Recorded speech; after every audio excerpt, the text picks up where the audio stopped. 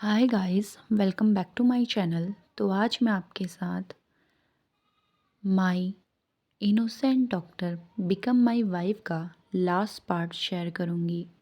अब वी वुशान और वांगजी आराम से खाना खा रहे थे। तभी वांगजी कुछ बोलने ही वाला था कि उसे जोर की खांसी आ गई, जिसे देखकर विहिंग घबरा गया। उसने तुरंत वांगजी का सिर सहलाया और पानी का गिलास पकड़ाकर उसे पिलाया। अब वो वांगजी का सर रगड़ते हुए कहता है, खाते वक्त बात मत किया करो। अब वांगजी पानी पीता है और विहिंग की तरफ देखता है। उसकी नजरें बस उसी पर थी। वांगजी मुस्कुरा रहा था। अब वांगजी मुस्कुराते हुए कहता है, अरे वाह, तुम तो मुझसे बहुत प्यार करते हो। ये बोलकर वो खुश हो रहा था। इसमें विहिंग कहता है, ज़्यादा खुश मत हो और खाने पर ध्यान लगाओ। अब वांगजी कहता है, मैं तुमसे प्यार करता हूँ। इस पर विहिंग ने ऊपर देखा और हल्की सी मुस्कान दी। अब वो भी बोलता है, मैं भी तुमसे प्यार करता हूँ। उसके चेहरे पर भी प्यारी सी मुस्कान आ गई थी। वहीं विहिंग की सिस्टर और उसकी वाइफ सीढ़ियों के पास खड़ी थी और ऊपर की ओर ही देख रही थी। थोड़ी देर में विहिंग और वांगजी नीचे आए। विहिंग हैरान रह गया जब उसने दोनों को एक साथ उनका वेट करते हुए देखा। तभी विहिंग थोड़ा चौंकते हुए पूछता है, दीदी, भाभी, आप दोनों यहाँ पर क्या कर रहे हैं? इस पर उसकी सिस्टर इन लॉ पूछती है, आशान, ये कौन है? इस पर विहिंग कुछ कहने ही वाला था, वो रुक गया। अब वांगची कहता है, मैं। वो भी कुछ कहने वाला था, वो भी रुक गया, क्योंकि उसे समझ नहीं आ रहा था कि वो अपना इंट्रो कैसे दे। तभी विहिंग उन दोनों से कहता है, डॉक्टर जान, मैंने आपको बताया था ना, मेरा फ्रेंड है। ये सुनते ही वांगजी थोड़ा कंफ्यूज होकर विहिंग की ओर देखने लगता है। अब वी लूसी वांगजी से पूछती है, डॉक्टर जान, तो तुम किस चीज़ के डॉक्टर हो? इस पर विहिंग जल्दी से आंसर करता है, हड्डियों का डॉक्टर, ये बोन का डॉक्टर है। अच्छा, बोन का डॉक्टर। वी लूसी ने थोड़ा शक भरे अंदाज में पूछा। वो कहती है, अच्छा, तो आप बोन डॉक्टर हैं? इस पर वांगजी धीरे से कहता है, हाँ। वी लूसी कुछ और पूछने वाली थी, तभी विहिंग बीच में बोल पड़ा, सिस्टर, हमें निकलना होगा। अभी कॉल आया है और हमें ज़रूरी काम है। डॉक्टर जॉन को भी कुछ काम है। इतना कह के वो दोनों वहाँ से जल्दी निकल गए। उनके जाने से पहले विहिंग की सिस्टर इन लॉ मुस्कुरा कर बोलती है, डॉक्टर जॉन, कभी फिर आइएगा और हमसे मिलाने के लिए अपनी फैमिली को भी लेके आना। ये सुनते ही लूसी और वुशान ने एक साथ चौंक कर कहा, क्या? वहीं वांगजी का फेस बिल्कुल शांत था। अब वांगजी कहता है, मेरी कोई फैमिली नहीं है। ये सुनते ही विहिंग ने हैरानी से उसकी तरफ देखा। वहीं वी लूसी और यांग मी एक दूसरे की ओर देखते हैं। वी यांग मी के चेहरे पर उदासी झलक रही थी जब उसने ये सुना। अब वी लूसी वांगजी की तरफ देखकर कहती है, जब भी तुम्हें लगे कि तुम्हें किसी की ज़रूरत है तो तुम यहाँ आ सकते हो। ये सुनते ही वांगजी के लिप्स पर एक हल्की सी मुस्कान आई। उसने विहिंग की तरफ देखा और विहिंग भी स्माइल करके सर हिलाता है। अब 3 महीने बीत चुके थे। वांगजी अक्सर विहिंग के परिवार में आता जाता रहता था। कई बार वो वहीं रुक जाता। अब वो उस फैमिली का एक हिस्सा बन चुका था। ये सब देखकर विहिंग भी बहुत खुश था, क्योंकि उसकी फैमिली ने वांगजी को अपना लिया था। लेकिन एक छोटा सा राज जो विहिंग और वांगजी ने छुपा रखा था, वो खुल चुका था, क्योंकि यांग मी ने उन दोनों को किचन में एक दूसरे को किस करते हुए पकड़ लिया था। कुछ समय बाद लूसी ने तय किया कि दोनों की सगाई कर देनी चाहिए। वहीं सॉन्ग लैंग भी ये सब देखकर बहुत खुश था। वो वांगजी से कहता है कि शादी तक कुछ समय के लिए तुम्हें अंडरवर्ल्ड से दूरी बनानी चाहिए। इस पर वांगजी भी हामी भरता है, लेकिन उसके मन में एक शक था। उसे पता था कि गैंगजी कुछ ना कुछ जरूर करेगा। अभी रात का समय था। विहिंग देर रात गाड़ी चला रहा था।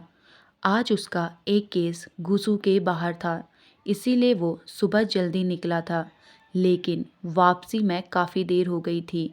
वो शांति से गाड़ी चला रहा था, तभी उसने सड़क पर किसी को पड़ा हुआ देखा। वो घबरा गया और तुरंत गाड़ी रोक लेता है। वो तुरंत ही कार से बाहर निकलता है और उस आदमी की जांच करने लगता है। वो आदमी अभी भी सांस ले रहा था। विहिंग ने उसे कहा, घबराओ मत, मैं डॉक्टर हूँ, तुम्हें कुछ नहीं होगा। ये कहकर वो उसे उठाने लगा।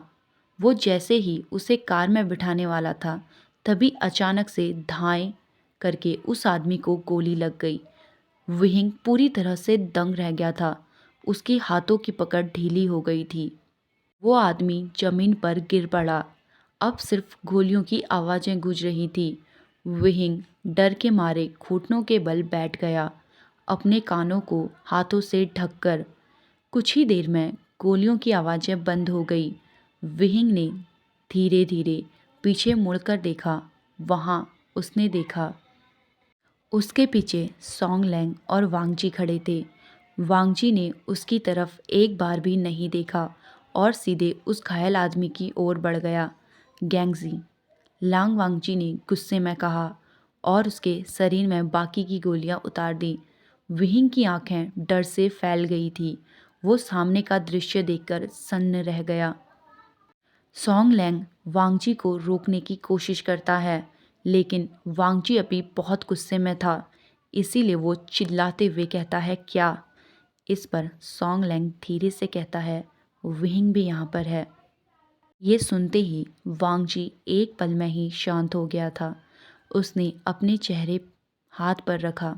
वो समझ गया था उससे गलती हो गई है। वहीं विहिंग अभी भी अपने घुटनों के बल बैठा हुआ था। वो बिल्कुल सन्न था।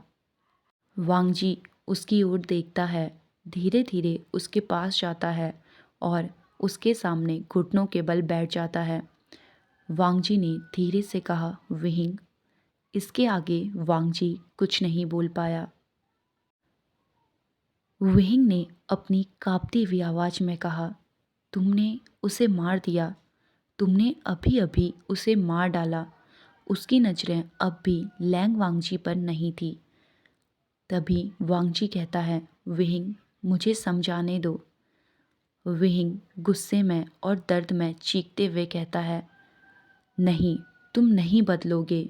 मैं उसे बचाने की कोशिश कर रहा था और तुमने। इस बार उसने सीधे वांगजी की ओर देखा। वांगजी खड़ा हो गया। लैंग वांगजी गरज उठा, विहिंग। वांगजी कहता है, मुझे उसे मारना ही था। अगर ज़रूरत पड़ी तो मैं फिर से मारूंगा।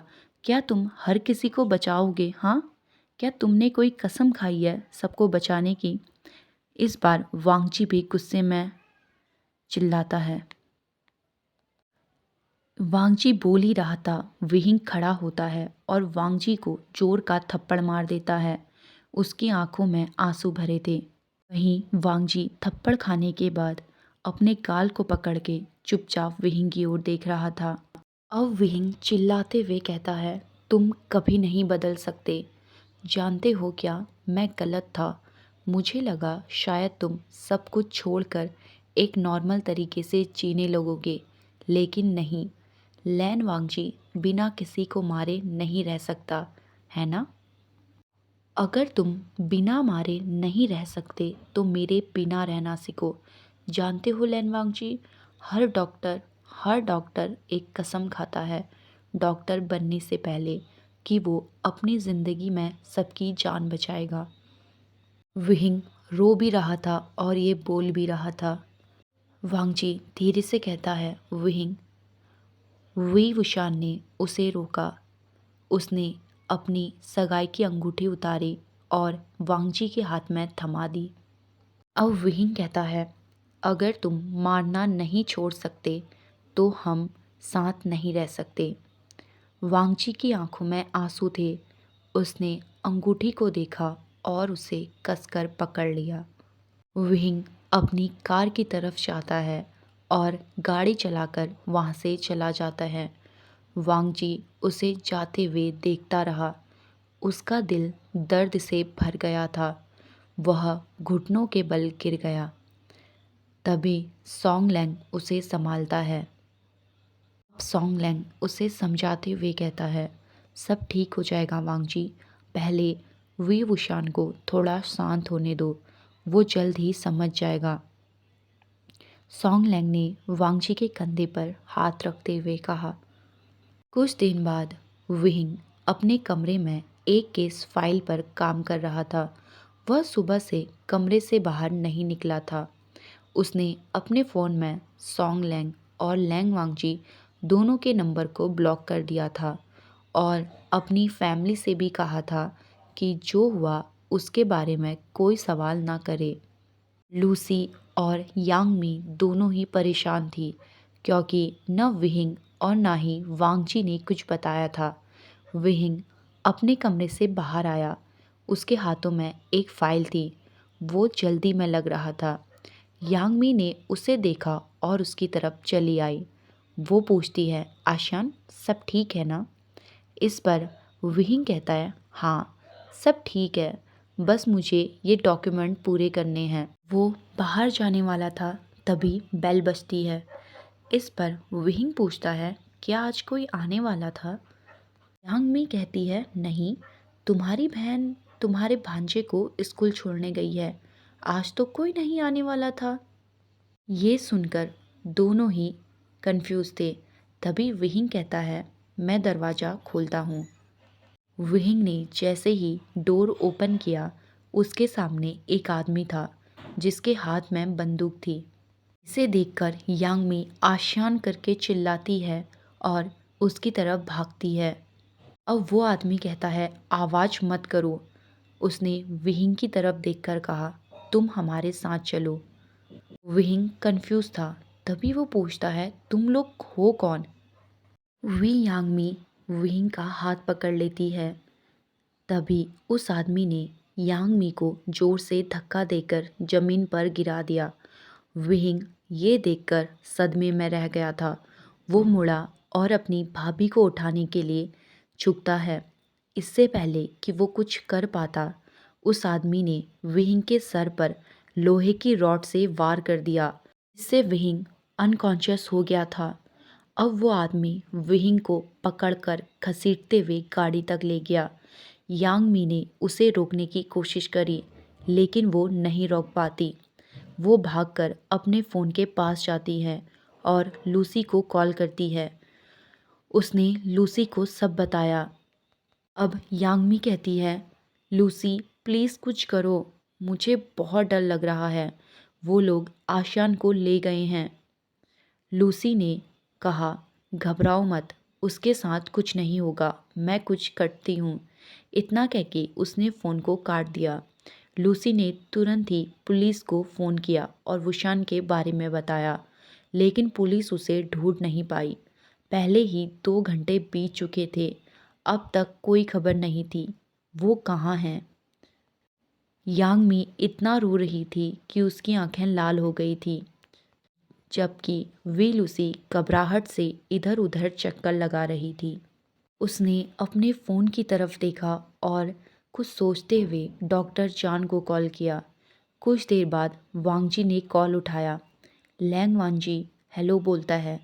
तभी लूसी कहती है, हेलो डॉक्टर जान, मैं वी उशान की बहन।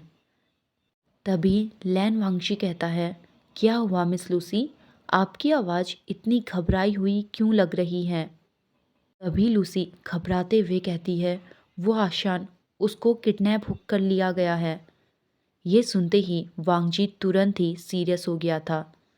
वो सारी बात पूछता है। तभी लूसी उसे कहती है, 2 घंटे पहले उसे हमारे घर से ज़बरदस्ती ले गए। पुलिस 2 घंटे से ढूंढ रही है लेकिन कुछ भी पता नहीं चल रहा। प्लीज़ डॉक्टर जान, क्या आप हमारी मदद कर सकते हैं उसे ढूंढने में? तभी वांगची कहता है, घबराइए मत मिस लूसी, मैं उसे ढूंढ लूँगा। इतना कह के वांगची ने कॉल को कट कर दिया। अब वांगची जोर से सोंगलैंग का नाम लेता है। सोंगलैंग दौड़ता हुआ उसके पास आया। सोंगलैंग पूछता है, क्या हुआ वांगची?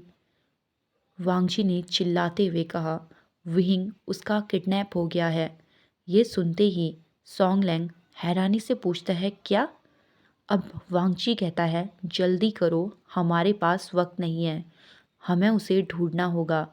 सोंगलैंग ने सिर हिलाया और वो दोनों तुरंत विहिंग को ढूंढने के लिए निकल पड़े। विहिंग एक कुर्सी पर बैठा हुआ था। उसके हाथ पीछे की तरफ बंधे हुए थे। सिर से खून बह रहा था। शरीर पर चोट के निशान थे। साफ पता चल रहा था कि उसे बहुत मारा गया है। दूसरी तरफ वांगची बिल्डिंग में इधर उधर दौड़ रहा था। वो और सोंगलैंग को पता चला था कि विहिंग यहीं कहीं है। वांगची ने दूर से देखा, विहिंग कुर्सी पर बेहोश पड़ा है। वो भागकर उसके पास गया, उसके चेहरे पर हल्के से थपकी दी। विहिंग, विहिंग, आंखें खोलो। विहिंग, ये कहकर वांगची चिल्लाया। उसने उसके हाथ खोले और उसे उठाया ही था, तभी एक गोली चली। लैंग वांगची ने उस ओर देखा। वहाँ पर एक ब्लैक रोब पहने हुए आदमी खड़ा था। वांगची गुस्से में उसकी तरफ देखता है। वो गुस्से में उसका नाम लेता है, शुयांग। अब शुयांग कहता है, ओ, तो तुम्हें मेरा नाम याद है, अच्छा है। ये सब शुयांग ने अपनी डेविल स्माइल के साथ कहा। वांगची कहता है, शुयांग, ये लड़ाई हमारे बीच है, इसमें तुम विहिंग को मत घसीटो। अब शुयांग कहता है, ओ, मुझे ज़रूर घसीटना पड़ा, पर क्या करूं, तुम्हारी कमज़ोर कड़ी विहिंग ही है। वहीं उसे मैंने पकड़ लिया। वैसे भी तुम्हारा ये विहिंग सच में तुमसे प्यार करता है, तुम्हें पता है ना? ये सब सुनते ही वांगची गुस्से में शुयांग की तरफ देखता है। अब शुयांग हंसते हुए कहता है, मैंने इसे कितना मारा, लेकिन इसके बाद भी इसने मुझे तुम्हारे ठिकाने के बारे में नहीं बताया। ये सुनते ही वांगची विहिंग की ओर देखता है। विहिंग की हालत बहुत नाजुक थी। वो बहुत बुरी तरह से जख्मी था। अब वांगची गुस्से में कहता है, तुम्हें इसका बहुत बड़ा हर्जाना देना होगा। वाकई शुयांग ने इतना कहा ही था। फिर से एक और गोली चलती है। इस बार सोंगलैंग ने उसके कंधे में गोली मारी थी। अब इसके बाद सीधे हॉस्पिटल का सीन दिखाया जाता है। वहाँ पर विहिंग बाहर आता है। उसने अपना मास्क हटाया तो सामने पुलिस थी। विहिंग कहता है, वो नहीं रहा, लैन वांगची अब नहीं रहा। विहिंग अपनी आंखों में आंसू को पोंछते हुए ये कहता है।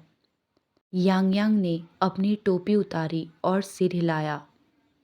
अब मिस्टर यांग यांग झाओ से कहते हैं, चलो हेडक्वार्टर चलो। जाने से पहले यांग झाओ विहिंग की तरफ देखता है और वहाँ से चला जाता है। वहीं सोंगलैंग वांगची की बॉडी के पास खड़ा था।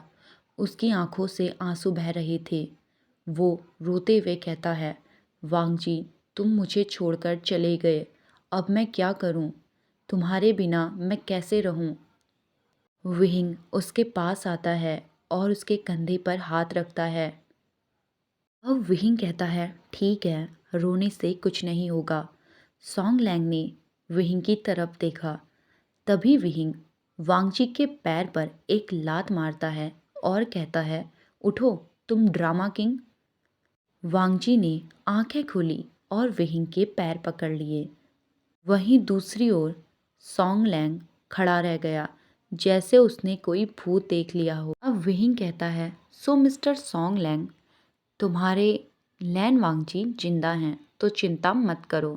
तभी सॉन्ग लैंग हकबकाया हुआ वांगजी और वुशान की तरफ देखने लगा। विहिंग कहता है, मुझे समझाने दो। वो कहता है, मैंने पुलिस से झूठ बोला था कि वांगजी मर चुका है ताकि वो उसे ढूंढना बंद कर दें। इस पर सॉन्ग लैंग ओ कहता है। अब वांगजी सॉन्ग लैंग को चिढ़ाते हुए कहता है, ओह तो तुम मेरे लिए रो रहे थे। इस पर सॉन्ग लैंग ने अपने आंसू पोंछते हुए कहा, चुप रहो तुम। जिस पे लैन वांगजी हंसने लगा। जब सब कुछ शांत हो गया तब विहिंग और उसकी फैमिली वांगजी और सॉन्ग लैंग के साथ लंदन चले गए थे। उसी को हाई कोर्ट में वकील की नौकरी मिल गई थी। यांग मी कॉलेज प्रोफेसर बन गई थी। वी सियोजिन उनके घर के पास वाले स्कूल में एडमिशन ले लिया था। वांगजी ने विहिंग को फिर से उसकी सगाई वाली अंगूठी पहनाई, लेकिन वो साथ में धीरे से बोलता है, तुम्हारी पनिशमेंट अभी बाकी है। ये सुनते ही विहिंग थोड़ा डर गया था, लेकिन उसे ये खुशी भी थी कि अब वो दोनों शांत हैं और खुश हैं। अब 2 महीने बीत गए थे। विहिंग और वांगजी की शादी हो गई थी। हालांकि शादी के दिन विहिंग थोड़ा डरा हुआ था, क्योंकि वांगजी उसे बार बार कह रहा था कि उसके लिए एक पनिशमेंट तैयार की गई है। हिंग, उसकी फैमिली और वांगजी सब अब साथ रहते हैं। अभी वांगजी और विहिंग उनके रूम की ओर जा रहे थे। उन दोनों ने एक दूसरे का हाथ पकड़ा हुआ था। तभी वांगजी विहिंग को रूम में खींच लेता है और दरवाजे को बंद कर देता है। वांगजी ने विहिंग को पकड़ा और उसे बेड में लेटा दिया। अब वांगजी अपनी टाई को उतारने लगता है। उसकी नज़रें अभी भी विहिंग पर थी, जिससे विहिंग की सांसें भारी हो रही थी। वो बेड में पीछे पीछे जाने लगता है। अब वांगजी भी बेड में आता है और विहिंग के शूज़ निकालता है। वांगजी ने अपनी टाई से विहिंग के हाथ को बेड के हेडबोर्ड से बांध दिया। इस पर विहिंग ने बहुत ही आराम से कहा, लंचा। इस पर विहिंग कहता है, श्श, चुप रहो अभी। वांगजी कहता है, विहिंग, तुमने मुझे बहुत परेशान किया था, इसीलिए आज मैं तुम पर मर्सी नहीं करने वाला। अब वांगजी विहिंग के बालों को अपनी ओर खींचता है और विहिंग को किस करने लगता है। विहिंग भी बहुत ही जल्दी किस को रिस्पॉन्स करने लग गया था। उन दोनों ने अपनी नाइट को बहुत ही अच्छे से एंजॉय किया। उनकी शादी की ये रात बहुत ही ज़्यादा सुकून, गहरी और फीलिंग से भरी हुई थी। दोनों ने एक दूसरे के साथ ऐसा वक्त बिताया जो उन्हें ज़िंदगी भर याद रहने वाला था। ओके गाइस, इसके साथ ही हमारा एफएफ भी ख़त्म होता है। तो गाइस, आप लोग मेरे चैनल को सब्सक्राइब नहीं कर रहे। गाइस, अगर आप सब्सक्राइब नहीं करेंगे तो आप समझते हैं ना, जब इतनी ज़्यादा मेहनत करो और सब्सक्राइबर नहीं आए तो फिर थोड़ा सा डीमोटिवेशन होता है। तो प्लीज़ गाइस, मेरे चैनल को सब्सक्राइब करिए, जिससे मैं आपके लिए बहुत अच्छे अच्छे एफएफ और बहुत लॉन्ग लॉन्ग पार्ट लेके आऊँ। तो मिलते हैं हमारे नेक्स्ट वीडियो में। तब तक के लिए हंसते रहिए, मुस्कुराते रहें, हैप्पी रहिए। Bye bye and I love you all.